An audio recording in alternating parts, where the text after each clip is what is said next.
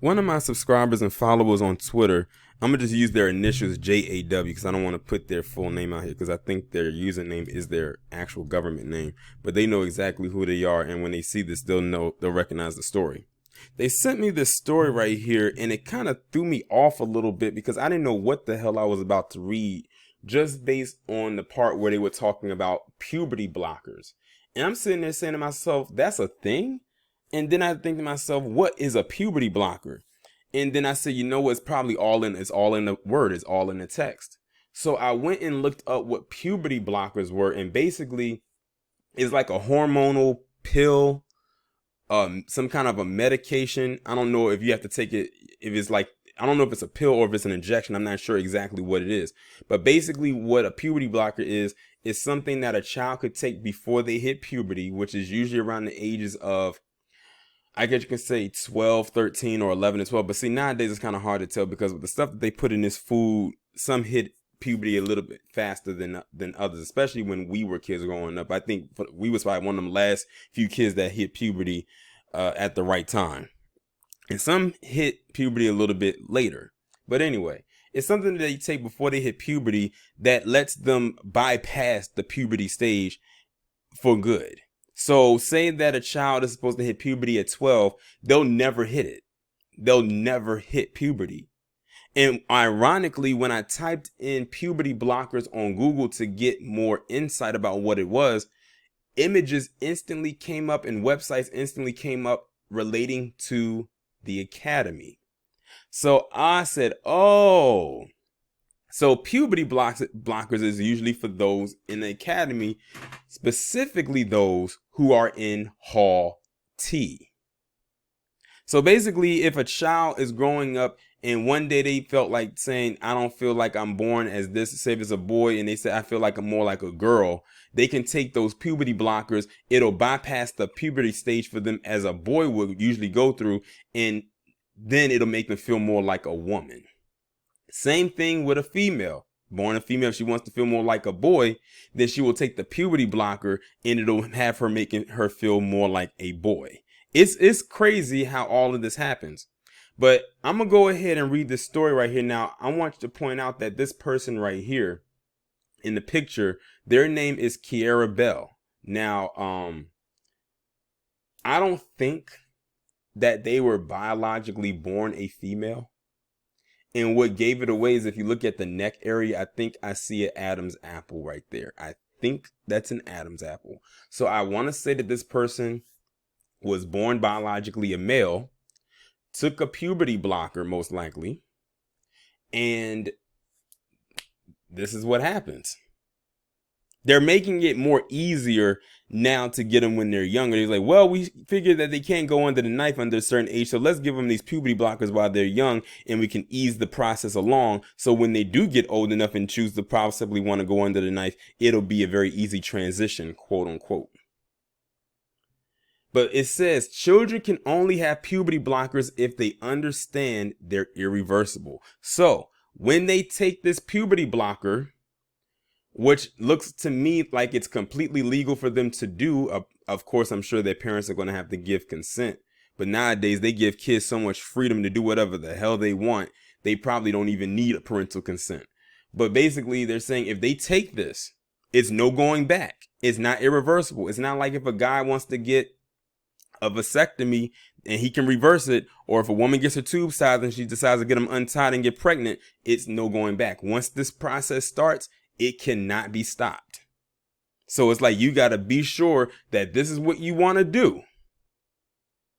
And something that you do not regret down the line. And what's scary about it is this is geared towards children who are still developing and not old enough to make these kinds of decisions, but they're allowing them to take something like this, which is something that seems like a child shouldn't or wouldn't want to take.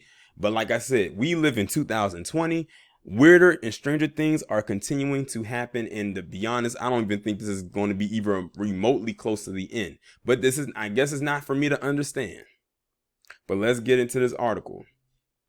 Trans children should not receive controversial puberty blockers unless they understand the risk, according to a landmark high court ruling, as judges warn that most teenagers cannot give their consent. What I gather from that is it seems like a lot of these kids are going out taking these puberty blockers and not knowing what the hell they're taking. They're just taking them just to take it. They hear the words puberty blockers and they're like, oh, this is going to help me transition, so I'm going to go ahead and take it, not realizing that you do realize you're taking an irreversible drug. While legal, it's irreversible. Once you start, it's not going to go back to what you once were. So really think about what you're signing up for and think about what you're about to ingest. The ruling means that children who wish to undergo gender reassignment can now legally consent to taking puberty blockers if they are able to understand the long-term risk and consequences of the administration of the drugs. The case has been brought against Tavistock and Portman NHS Trust, which runs the UK's only gender identity development service, or GIDS, for children by Kiara Bell, a 23-year-old woman who's began taking puberty blockers when she was 16 before detransitioning. Now, I had to pause the video right quick because I needed to know what they meant when they said detransitioning, even though I could kind of tell, but I just wanted to have the actual definition of the word. And it says, detransition is the cessation or reversal of a transgender identification or gender transition, whether by social, legal, or medical means. Some individuals detransition on a temporary basis. Desistance is a related term used to describe the cessation of transgender identity or gender dysphoria and has a higher occurrence. Direct formal research of detransition is lacking. Professional interest in the phenomenon has been met with contention. So basically someone who felt like they wasn't ready to go all the way there and decided to go and reverse it and go back before they went too far with the process. Is that she said the clinic should have challenged her more over her decision to transition to a male as a teenager. So let me step back a little bit. Apparently, this is a naturally born woman. I thought it was a naturally born boy because I saw around the neck area. But nowadays you got to ask these kind of questions. The legal challenge was also brought by a woman who can now legally be identified as Mrs. A, the mother of a 15-year-old autistic girl who is currently on the waiting list for treatment. At a hearing in October, their lawyer said children going through puberty are not capable of properly understanding the nature and effects of hormone blockers. They argued that there is a very likelihood that children who start taking hormone blockers will later begin taking cross-sex hormones, which they say cause irreversible changes, and that the NHS Trust offers fairy tale promises to children because they are unable to give their consent to the sex change process. However, in the judgment handed down on Tuesday, Dame Victoria Sharp, sitting with the Lord Justice Lewis and Mrs. Justice Levin, said that children under 16 need to understand that the immediate and long-term consequences of the treatment to be able to consent to the use of puberty blockers. The judges said in their ruling, it is highly unlikely that a child aged 13 or under would be competent to give consent to the administration of puberty blockers. It is doubtful that a child aged 14 or 15 could understand and weigh the long-term risk and consequences of the administration of puberty blockers. They added, in respect of young persons aged 16 and over, the legal position is that there is a presumption that they have the ability to consent to give medical treatment. Given the long-term consequences of the clinical interventions at issue in this case, and given that the treatment is as yet innovative and experimental, we recognize that clinicians may well regard these as cases where the authorization of the court should be sought prior to commencing the clinical treatment. During the High Court hearing in October, the Tavistock and Portman NHS Trust, as well as University College London Hospital's NHS Foundation Trust and Leeds Teaching Hospital NHS Trust, to which Tavistock refers children and young people experience gender dysphoria, argued that taking puberty blockers and later cross-sex hormones were entirely separate stages of treatment. But in its ruling, the court said, it is said, therefore, the child needs to understand that the implication of taking puberty blockers alone, in our view, this does not reflect the reality. The evidence shows that the vast majority of children who take puberty blockers move on to take cross-sex hormones. The court added that both treatments were two stages of one clinical pathway, and once on that pathway, it is extremely rare for a child to get off of it. Sounds like something more of like an addiction. Or something like that they have to keep taking and they can't stop taking, otherwise something more traumatic could probably happen. Speaking outside the Royal Courts of Justice after the ruling, Kiara Bell said she was delighted with the High Court's ruling, adding that common sense has prevailed. This judgment is not political, she said. It's about protecting vulnerable children. A statement was also read on behalf of her fellow claimant, Mrs. A, which said, I'm relieved to hear the court have understood and agreed with our concerns treating children and young people with puberty blockers. Their solicitor, Paul Conraith, said the ruling was a historic judgment that protects children who suffer from gender dysphoria. He added, ultimately, this case was decided on the facts that were known by Tavistock. Ironically, and as matter of serious concern, despite its international reputation for mental health work, this judgment powerfully shows that a culture of unreality has become embedded in Tavistock.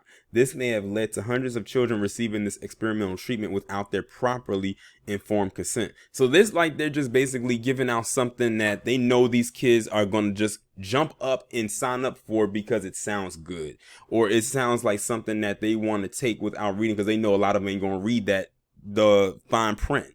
So they're just giving this out and not telling them what the effects of it are.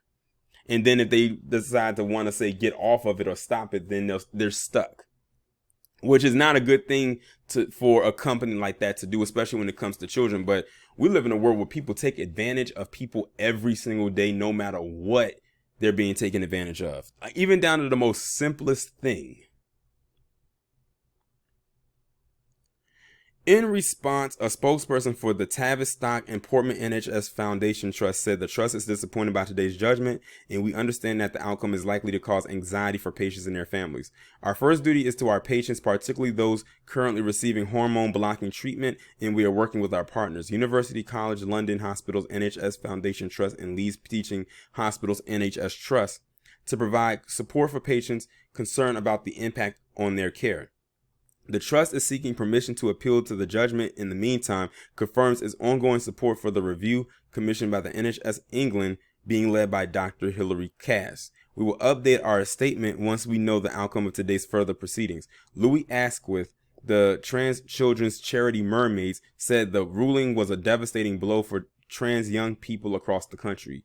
We believe very strongly that every young person has the right to make their own decisions about their body, and that should not differ because somebody is trans. The court today has decided to treat trans young people differently to every other child in the country.